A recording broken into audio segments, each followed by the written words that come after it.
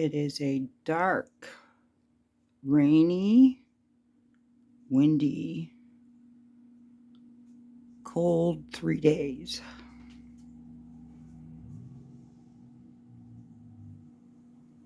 There we go. That's my favorite air plant. I love that one a lot.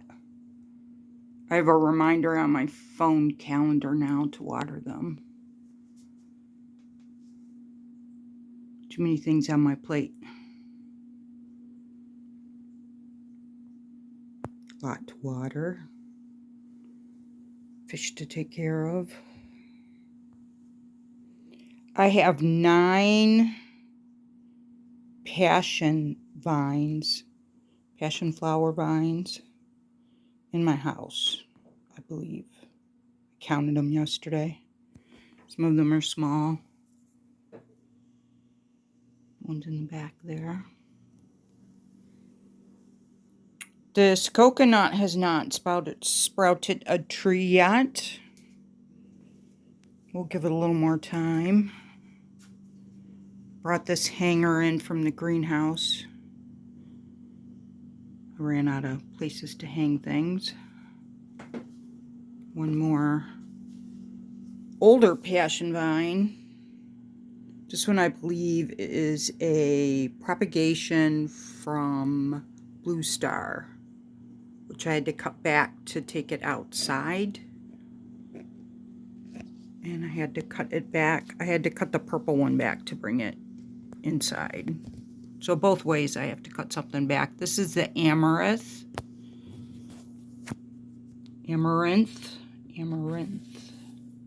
So it's all dried and I took it off their sticks. There's the seeds. So when it dries and warms, I'll blow all this fluff off and then it'll leave me the grain. Passion fruit, not looking great. It was really dry. So I think that's what caused the wrinkles. So it's either the cold, being wrapped in plastic outside, or it was really dry. I cut it, I pulled the fruit, I cut the bottom, I dug them up. When I dug them up, the ground was just extremely dry. I Googled it and did some more reading.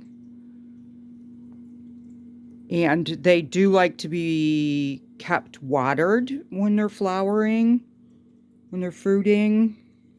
And I was sick for a few weeks, actually. I also lost a couple small pots in the greenhouse unless they bounced back. The small pots dry out faster than the bigger ones. And I was not keeping up with things as well as I wanted to. Why does it go blurry like that? Stop. There we go. So I want to head outside and show you what I've been able to do since I started feeling better. The first cold, rainy day, I was able to get some stuff done. The second day, I tried, and it was just, the wind was just horrible. Horribly uncomfortable. So I jutted back in the house, and that was that. Now I'm going to go try again. So I'm taking this little tank down and incorporating all these things into a bigger tank. See how scratched it up it is? And all my tanks took a downturn last year before last, and I spent all summer working on them, trying to get them back in shape.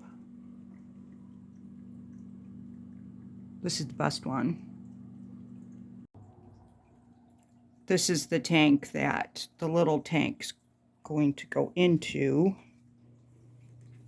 This one was in pretty bad shape, and I had a really hard time getting rid of all the disgusting algae, which I believe was a poisonous variety. It was killing my little sea creatures that eat algae. So it wasn't helping my situation much. This tank is already going into the 40 that I just showed you. It's a 40 deep. These are the goldfish. So I took this tank down and saved what I wanted to save. Put it in the other tank, and I caught all of the goldfish but one. I can't catch the last one, but it is going to warm up, and I'll have more chances to try to catch it, and then I have to acclimate it to the warmer temperatures before I can put them in the tank. But they're doing wonderful. And I still have the babies from last year's pond. These are the baby mollies. They were born in the pond last year. I didn't put them back in the pond. And I believe one of them's had babies because I've seen a small one in here. These have been acclimated to salt. Mollies are sold in fish stores as saltwater fish. And at the time, I didn't have any freshwater tanks to move them into. So I was going to move them into one of the saltwater tanks. So they're fully acclimated. I could put the 5 in here. That little Pico saltwater tank. I could move the stuff into this tank instead of into that 40. Or I could acclimate these back to freshwater and put them with the goldfish, which, I don't know. I'd spent a long time and a lot of work acclimating them to salt. My goal is to have less tanks. They're a lot of work. And in the summer, I'm so busy. Really, to be honest, I'm busy year-round. My overflow area. Turmeric starting to die back. It was putting on a lot of new growth when I put it in here. I don't have to water as much in this space. It stays pretty damp. Which you have to be careful with, but it's a blessing if you're careful. I mean, I actually do have to check the plants. I can't just keep throwing water on them.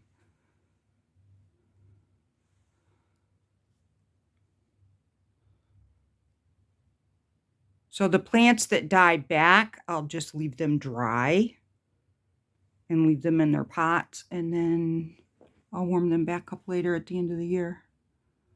A lot of it will go into the greenhouse into February, beginning of March to encourage growth. Did you notice all the shade tarps are gone? And the sunflowers gone? Well, except for one. This is still a pretty walk.